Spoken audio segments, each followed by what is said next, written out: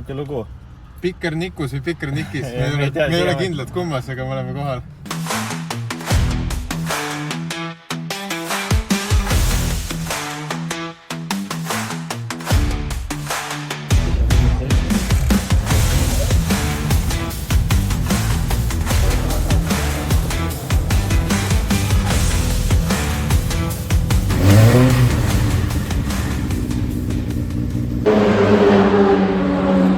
Nii, Eke, esiteks tähtis küsimus. Pikerniku või Pikerniki? Pikerniki. Ja siin enam Niku-jutte ei tee, aga ma saan aru, et pidurid vist keerasid natukene kvalifikatsioonis. No teed kvalifikatsioonis, aga nii-öelda vavatrennis. Et vavatrennis läksin esimene ring peale, üks kurv on, teine ei ole. Mõtlesin, et okei, lihtsalt vaat uued klotsid, et sõidan sisse. Ja siis teise ringi peale samamoodi, mõtlesin, et ma ei hakka riskima, tule maha ära, et ma tean lihtsalt, kui lähedal need betoonseinad on. Siis tuli maha ära ja tuli vähe pikem õhtuna. No sa mainisid neid betoonseinasid, et Pikerniki rada vist ongi kurikuulus selle poolest, et siin sellist nii-öelda laiaks laskmise ruumi ei ole. No, mõned üksikud kohad on, aga ega kui sul ikka pidurid ära kaovad, siis ei ole väga meeldiv sõiti küll. Ta ei andesta, ta ikkagi reaalselt ei andesta. Mis on sellel rajal võib-olla sellised võtmekurvid või võtmekohad, nagu kus sa sõitjana tahad kas eriti keskenduda või kus on võimalik palju võita, palju kaotada? Tegelikult kõik kurvid on siin hästi sellised, mis on võimalik võita. Et on siin esimene, on tegelikult minu mõistes kaks kõige vastikumat kurvi. On esimene, mis on nii-öelda stardialge lõpp, see on nagu ülikiire, üliterav tagasipööre. Ja teine, mis on siis üle nii-öelda šikaani, kus šikaani keskel on tegelikult vasak kurv, ehk siis sa lähedki põhimõtteliselt täisgaasiga sisse, korraks pidurd ennem ja siis pead minema hästi rehvi lähedalt. Nagu, sa ei näe, mis teise pool kurvi on, aga sa pead teadma, et seal on vasak kurv ja sa lähed lihtsalt nagu hüppega sinna põhimõtteliselt. Kas mingi hüppe on tulnud ka juba? Täna mitte. Võtan väga-väga rahulikult. Mul ei olnud hommikul kvalifikatsioonis pidureid, et ma ei hakanud nagu riskima, et ma sõitsingi lihtsalt oma nii-öelda selle dünas ja uue seadistuse asjad lihtsalt sisse, vaadata, mis ta teeb, kui palju üldse mida vajutada ja lihtsalt nii-öelda õppisin uuesti autot tundma. Eks täispanga peale tuleb võistlustel minna. Loodame, et selleks saame pidurid korda. No sa mainisidki, et dünos käidud uus seadistus, et kui nüüd see väike see pisiasi, ebatähtis pisiasi pidurid välja arvata, et kuidas nagu ülejäänud auto nagu on?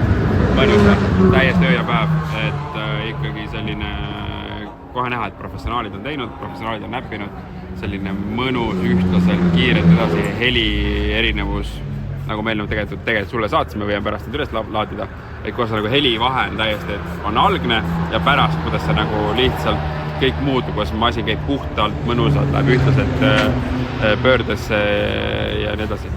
Kuigi hobujõudusi on vähe, siis see on asju vaja teha ümber nüüd, aga me jõuame selline.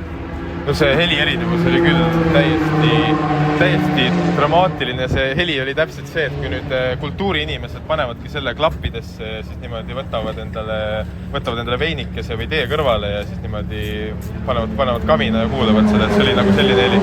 Umbes nii, jah. No, auto nii-öelda motosportlaste meelismuusika. Aga mis on sul selline meelis koht täna, et Porsche ringil oli rooste maha vesemine, tuli poodium, et kas täna nüüd, kui pidurid korda saab, et mis on ka nagu mingi eesmärk uuesti poodiumile sõita? Ütlen ausalt, viiega mul omad suhted, ma pigem tahaks lihtsalt lõpuni sõita. Aga ei, eks kõik oled siin, kes siin kiirem poisid on juba käinud, kes on betoonis käinud 2 korda ja kelle mootortäiel lennanud on, et Pikernik ei andesta. Et sõit kestab kuni finiši lipuni ja eks kunagi ei tea. No, elamus oli igatahes finiši lipuni kaasa.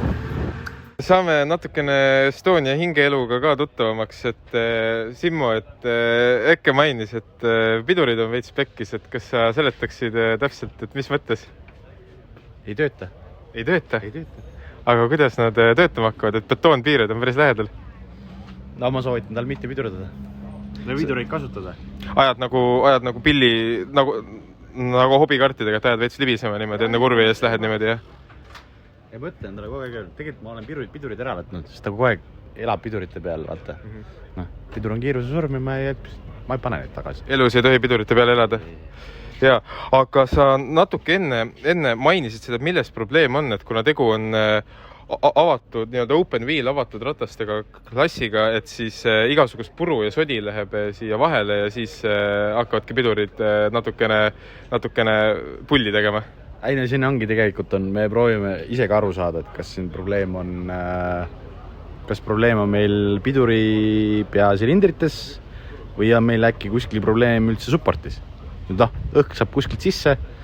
Jällegi on see, et ma tõesti ei oska öelda. Ma ise olen ka tegelen ju hobikorras ainult sellega, et ma õpin ka kõik siin tegelikult töö käigus.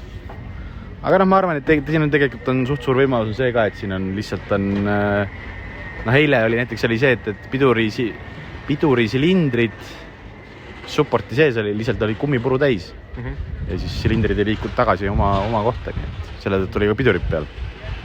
Nii et selline põnev olukord selles mõttes, et tegelikult sõltuvalt siis sellest, kuidas auto rajal igasugust puru värki kogub, siis nagu poole sõidu pealt võib pidurid muutuda suuremaks väljakutseks, kui nad näiteks startides on.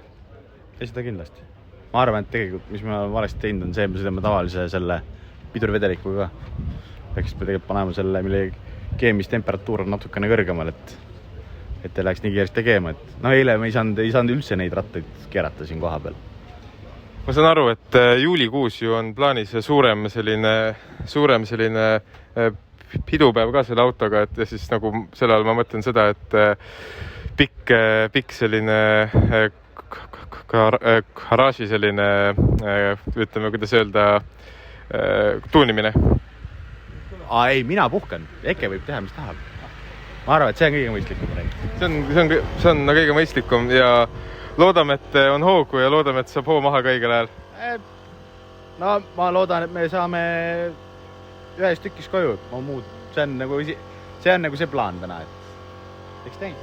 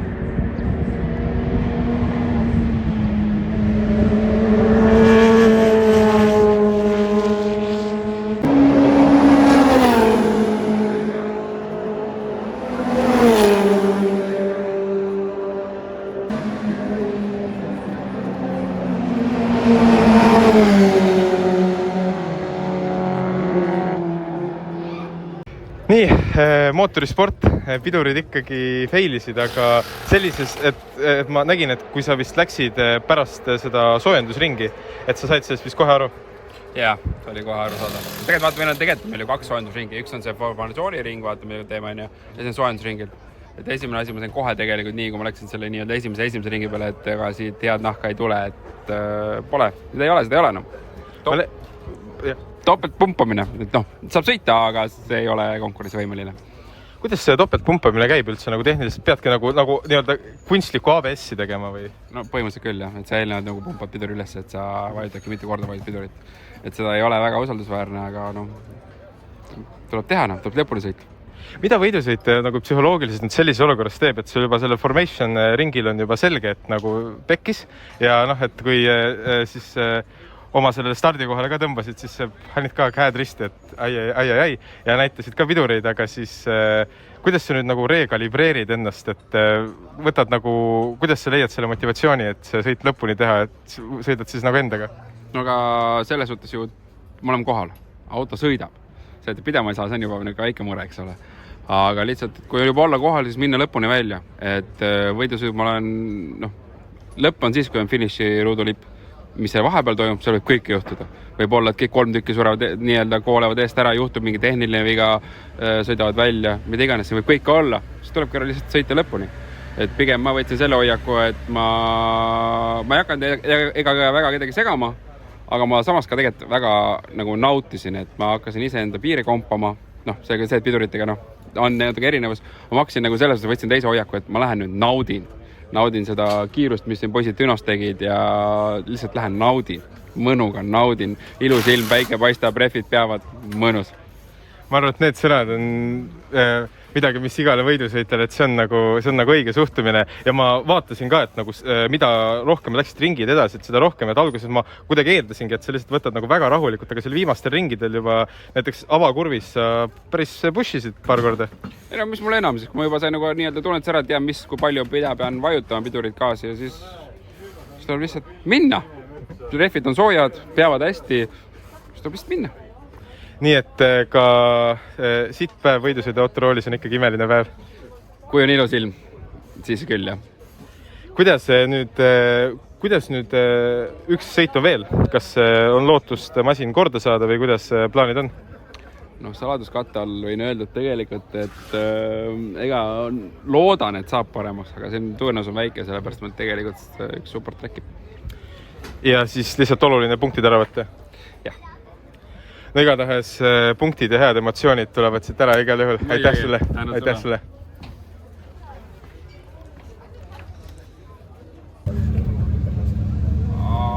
Perse, me ei saa neid perse. Kui läheb pekkis, tuleb vist nautida. Täpselt just see, et nagu... Teganud korraks. Kreisa Milli poolt väikene kingitus sõitjale ka, aitäh. Tänase sõidupäeva puhul. Edu sulle. Tänud.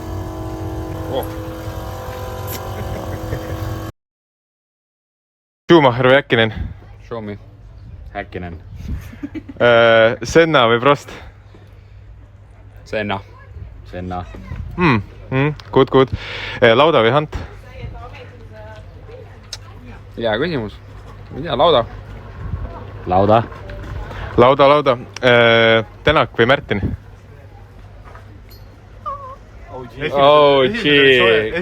Täpsustan perekonnanimesid. Tänak või siis... Marko Märtin, okei, sorry. Ma automaatselt panin ootad. Ma arvan Märtin. Tänak. Aus. Sitad pidurid, sitt gaasipedaal. Pidurid. Sama. Kaarums või Kiisu-Kohuke? Kaarums. Sekundeerin. Rock või räpp? See on hea küsimus, vastavalt tujule. Pigem rock. Räpp. Aus. Muusika playlist või podcast näiteks siit tagasisõidul? Raadio välja magama. Playlist podcastiga jääb magama, jah. Sorry. Aus, F4 või Vormel Estonia? See on hea küsimus. See poole neist on ju vastamootorid on F4 meil siin peal. Nii et ma arvan, et Estonia. Mäed või rand? Mäed. see on siuke mitte sketši, vaid see on hea küsimus.